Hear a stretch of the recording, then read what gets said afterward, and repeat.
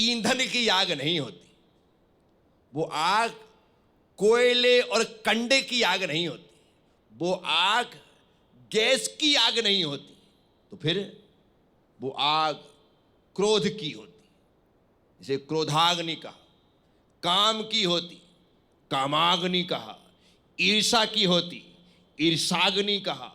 ऐसी बुराइयों की आग होती और सारा संसार धू धू कर करके जल रहा होता यदि साधु ना होते तो। और साधुओं के होने से क्या होता है? साधु अपने ज्ञान की, अमृत की वर्षा करता है, उससे क्रोध, काम और ईर्षा आदि की ज्वालाएं शांत हो जाती हैं। लोग साधुओं के पास आकर के कहते हैं कि गुरुदेव, जब से आपके चरणों में आया हूं तब से नियम लेने का मन करता है, त्याग करने का मन करता है, लगता है कि सब कुछ छोड़ छाड़ दो। क्या हो गया? आपके सानिध्य में आया तो यहां आने का मतलब है तुम्हारी अग्नि शांत हो गई, तुम्हारी अग्नि शांत हो गई।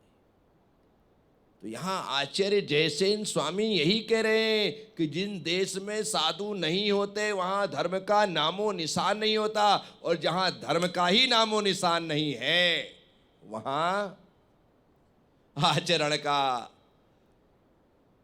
तो कोई प्रश्न ही नहीं उठता है, वहां पर आचरण हो ही नहीं सकता। आचरण का नाम ही तो धर्म है, आचरण का नाम ही चारित्रम खलु धम्म। कुमार स्वामी लिख रहे कार्तिक प्रेक्षा जी में, चारित्रम खलु, वास्तव में चारित्र ही धर्म है। क्या कहा? चारित्रम खलु मतलब वास्तव में, धम्मो मतलब धर्म, वास्तव में चारित्र ही धर्म है, क्योंकि चारित्र ही दिखता है।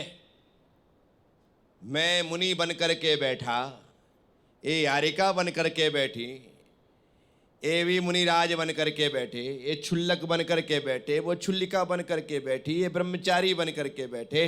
दिखाई दे रहा है कि नहीं दे रहा है? दे रहा है। मेरा त्याग दिख रहा है, मेरा त्याग। सबसे पहले तो भाई साधु बनने के लिए ग्रह त्याग करना पड़ता है। क्या करना पड़ता है? ग्रह त्याग। जब तक ग्रह में हो गौरव, तब तक नवग्रह हैं, तब तक राहु केतु शनि आदि सब परेशान कर रहे हैं, क्योंकि ग्रह में हो इसलिए ग्रह परेशान करते हैं। और हमने सबसे पहले घर छोड़ा। क्या छोड़ा? ग्रह छोड़ दिया। और जैसे ही ग्रह छोड़ा, ग्रह ने हमारा साथ छोड़ दिया। राहु केतु हमारे अनुकूल हो गए। कैसे हो गए? अब यदि शनि की दशा चले तो शनि हमारा क्या बिगाड़ेगा? क्या बिगाड़ेगा? अब क्या छीनेगा भाई? है? जब हमने सब कुछ अपने आप छोड़ दिया तो शनि महाराज भी हमारे यहाँ पर लोट लगाते हैं। उनको लगता है कि भाई ये आदमी अलग ही किस्म का है, जिसने सब कुछ छोड़ दिया, अब मैं वहाँ जाके क्या करूँगा? तो यहाँ पर शनि महाराज कुछ करने वाले। राहु केतु कितना भी उल्टा सीधा चले, हमारा कोई बाल बांका नहीं कर सकता। क्या करेगा? मुझे बताओ तो सही।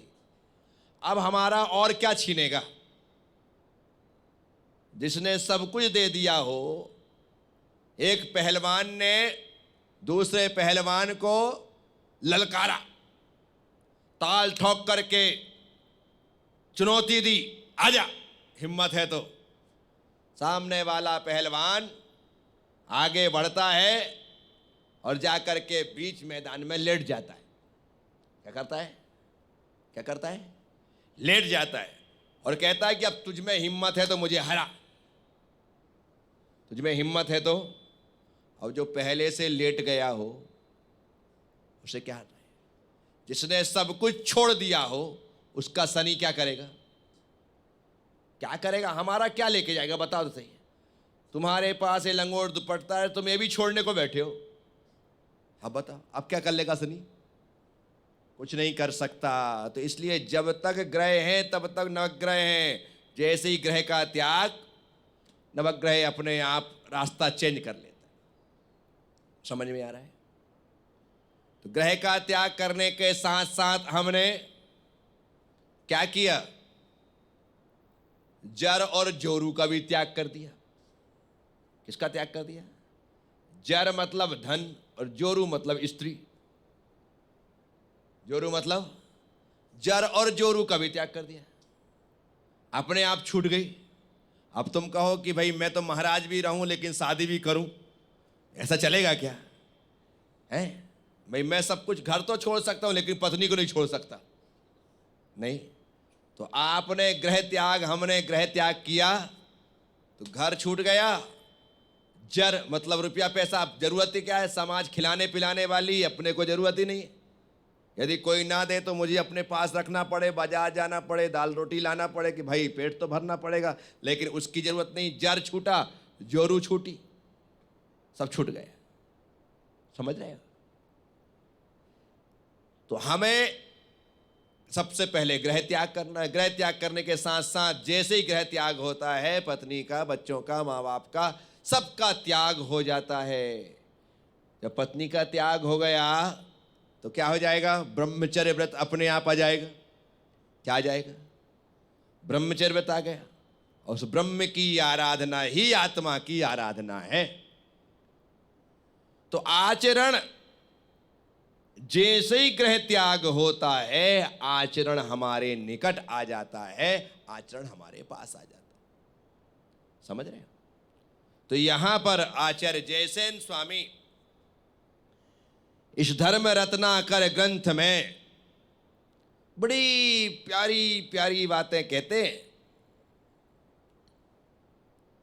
इन बातों की कीमत लाख रुपए नहीं है, ये बातें अनमोल हैं। कैसी हैं? इनकी पैसे से कीमत नहीं लगा सकते, अनमोल। धर्म के विधाता निर्मल बुद्धि साधु धर्म का आचरण संरक्षण और वृद्धि भी किया करते हैं। फिर भला वे लोक के वंदनीय कैसे नहीं होते? होते हैं। जो धर्म के विधाता निर्मल बुद्धि वाले साधु हैं, वे क्या करते हैं? धर्म का आचरण करते हैं। क्या करते हैं? क्या करते हैं? धर्म का आचरण करते हैं। धर्म का आचरण क्या है? धर्म का आचरण क्या है?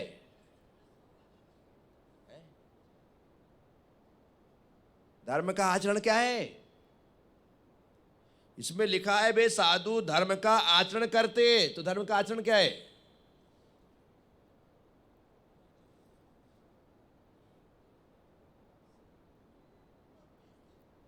बस बिल्कुल सही। क्या कहा? धर्म का आचरण, जो 10 धर्म है वही आचरण है। क्या है? क्षमा, मार्दव, आर्जव, शौच, सत्य, संयम, तप, त्याग, आकिंचन और ब्रह्मचर्य, ये 10 धर्म धारण किए जाते हैं। क्या किए जाते हैं? 4 कसाय और 5 पापों का त्याग जहां होता है वहां पर ये 10 धर्म आ जाते हैं। 4 कसाय और 5 पाप का त्याग कर दो। जैसे इनका त्याग होता है हमारे जीवन में धर्म आ जाता है। 4 कसाय क्रम से झूठ का त्याग कर, झूठ पाप का त्याग करते हैं, सत्य आ जाता है। हिंसा पाप का त्याग करते हैं, संयम आ जाता है। क्या आ जाता है? हिंसा पाप का त्याग करते हैं। हाँ, हिंसा पाप का त्याग करते हैं। क्या? तो ऐसा आ जाता है।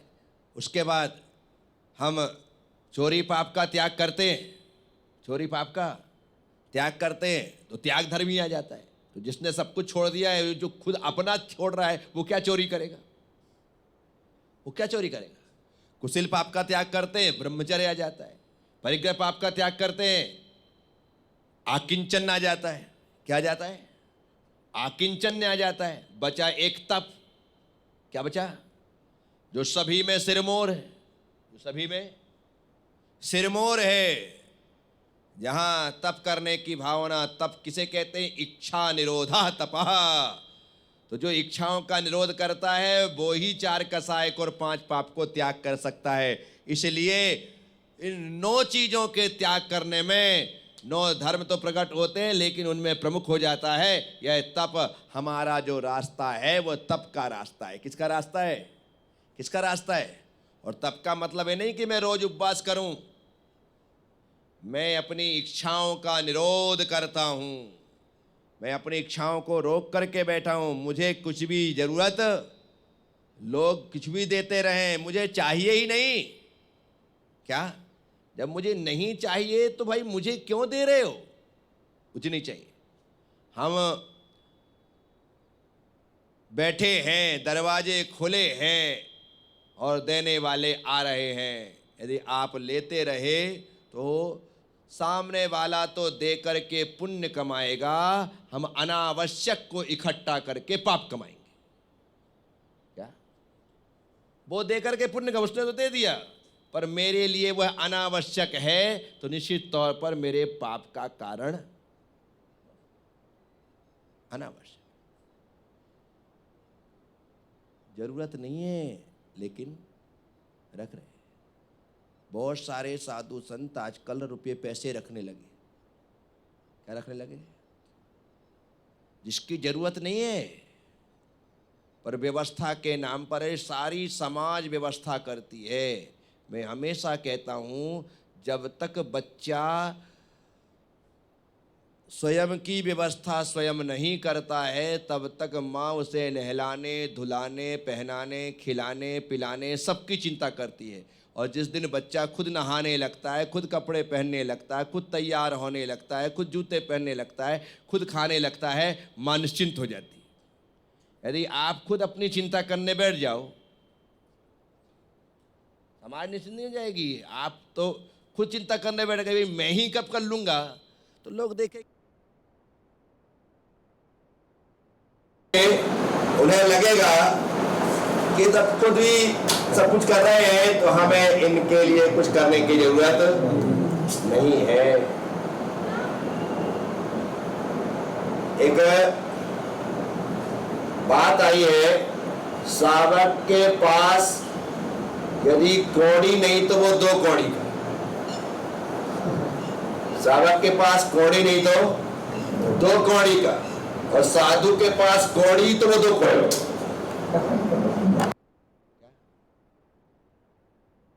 यदि मेरे पास पैसे हैं तो मैं 2 कौड़ी का, और तुम्हारे पास नहीं है तो तुम 2 कौड़ी को।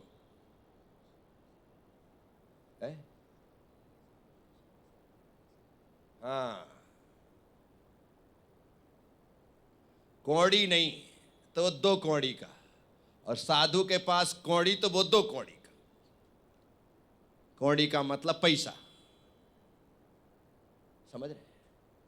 तो हर चीज जहां अच्छी लगती है वहां ही अच्छी लगती है, लेकिन जो चीज जहां अच्छी नहीं है वहां पर वह अच्छी नहीं। हमने सब त्याग कर दिया ना। अब हमारे बाल कैसे भी रहे, अब मैं सुबह से उठूं और कंघी करूं, ऐसे बाल जमाऊं, तो तुम में और मुझ में अंतर क्या रहा? क्या फर्क पड़ा? मुझे कोई जरूरत ही नहीं है। माता जी हैं, इनने सब छोड़ दिया। अब ये सोचा कि मैं बिंदी लगा लूं, कैसी लगेंगी? एक महिला बिना बिंदी की अच्छी नहीं लगती, और एक आरिका बिंदी लगा ले तो अच्छी नहीं लगती। बोलो, तो जो चीज जहां अच्छी लगती है वहां ही अच्छी लगती, उसे यहां पर नहीं लेना कि भाई मैं भी उसको स्वीकार कर लूं, तो वो स्वीकार करने जैसा नहीं है। तो आचार्य जयसेन स्वामी यहां पर कह रहे हैं,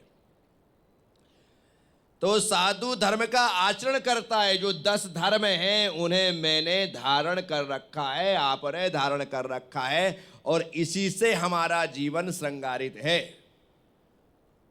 हमें गुस्सा नहीं आना चाहिए, हमें अहंकार नहीं सताना चाहिए, हमें छल कपट नहीं करना चाहिए, हमें लोभ लालच नहीं करना चाहिए, हमें झूठ नहीं बोलना चाहिए, हमें 5 इंद्री और मन के वशीभूत नहीं होना चाहिए, हमें सटकाए की जीवों की हिंसा नहीं करना चाहिए, हमें हाय हाय करके अपनी इच्छाओं की पूर्ति के लिए भागना नहीं चाहिए, हमें विषय भोगों को नहीं भोगना चाहिए, हमें मेरा मेरा मेरा नहीं कहना चाहिए, हमें ब्रह्मचर्य की रक्षा करनी चाहिए, हमें कुशील का सेवन नहीं करना।